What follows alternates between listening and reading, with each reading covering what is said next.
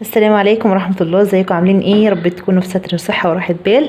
وحشتوني قد الدنيا وما فيها. فيديو جديد على القناة النهاردة، بما ان الفيديو اللي فات اللي انا نزلته عن التركيبة بتاعة المسك دي عجبتكم. في ناس ما شاء الله جايب فيديوهات كتيرة جدا. هي الخلطة اهي جميلة جدا جدا، انا بستخدم منها انا وزوجي، وعايزة اقول لكم ان هي ما شاء الله تحفة تحفة تحفة، وبتسيب الجسم ريحته تحفة جدا لاخر اليوم. وانا قايله لكم كل الحاجات اللي فيها على الفيديو اللي فات، فلو اللي ما شافوش يا ريت يرجع الفيديو اللي فات، ان شاء الله هيلاقيه باذن الله. وعايزه راي كل الناس اللي جربتها او الناس اللي لسه هتجربها تقول لي رايها بعد ما تجربها عامل ايه. عايزه بصوا بقى يعني تعليقات ليكم، ولو حد عجبته ما ينسنيش كده بدعوة حلوة منه كده، علشان خاطر ان شاء الله باذن الله. يعني لو لقيت الفيديوهات دي عجبتكم كتير هنزل منها فيديوهات اكتر، لان انا من الناس اللي بتحب الروايح، بتحب الحاجات الحلوه دي.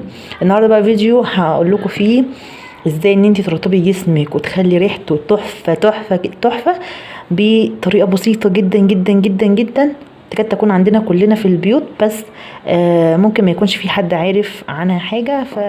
تابعوا معايا الفيديو للنهايه. بصوا يا جمال، كلنا عندنا زيت جونسون. زيت جونسون ده بتاع الاطفال.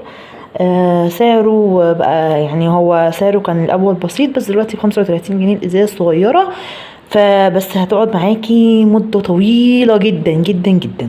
هنجيب زيت جونسون ده من عند الصيدليه، وهتروحي عند اي حد بتاع عطور، تمام، وهتقولي له عايزه 3 سنتي او 2 سنتي من زيت عطري انت تحبيه، اي زيت عطري انت حباه، سواء كان مسك ابيض او سواء كان اي ريحه انت بتحبيه ريحتها.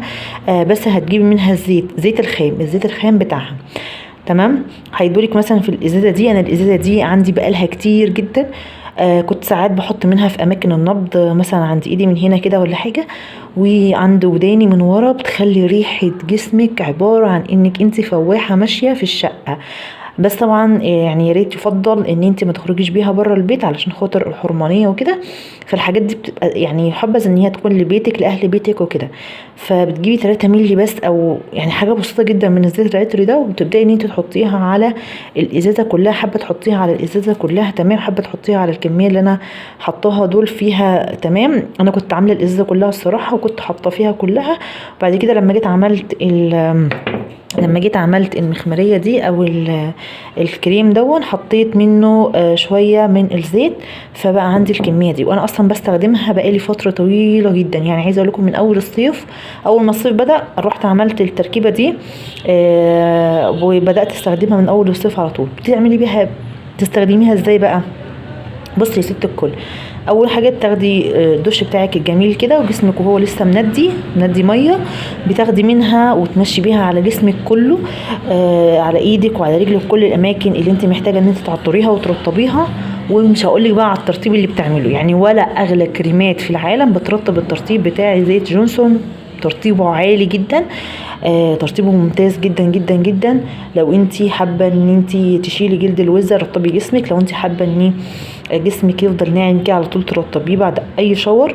ويفضل الترطيب يكون على جسم مندي، يعني تكوني لسه واخده الشاور كده، وتبداي ان انت تحطي زيت على جسمك او الكريم، سواء زيت او كريم. بس عايزه اقول لكم الوصفه دي هتخلي ريحتك فواحه في الشقه 24 ساعه، هتخلي جسمك ناعم جدا جدا جدا جدا، هتخلي ريحه جسمك لوحدها متعطره. عايزه اقول لك ان في عرايس كتيره جدا بيستخدموها ومعتمدينها. انا واحده من الناس اللي اعتمدتها بعد جوازي، لان انا كنت عملتها في ساعه فرحي يعني، وفضلت معتمداها طول فتره جوازي. كل ما بتخلص بجددها، هي والمخمريه اللي انا قلت لكم عليها دي، او الكريم اللي انا قلت لكم عليه ده، كل ما بيخلص برده بجدده، خصوصا فتره الصيف، لان الصيف طبعا انتوا عارفين العرق والكلام ده كله.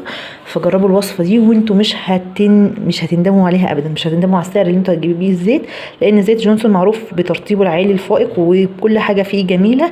ومش هتندموا ابدا ابدا على التاتش اللي انتوا هتحطوه مع الزيت، اللي هي زيت اي زيت عطري خام، سعره مش غالي.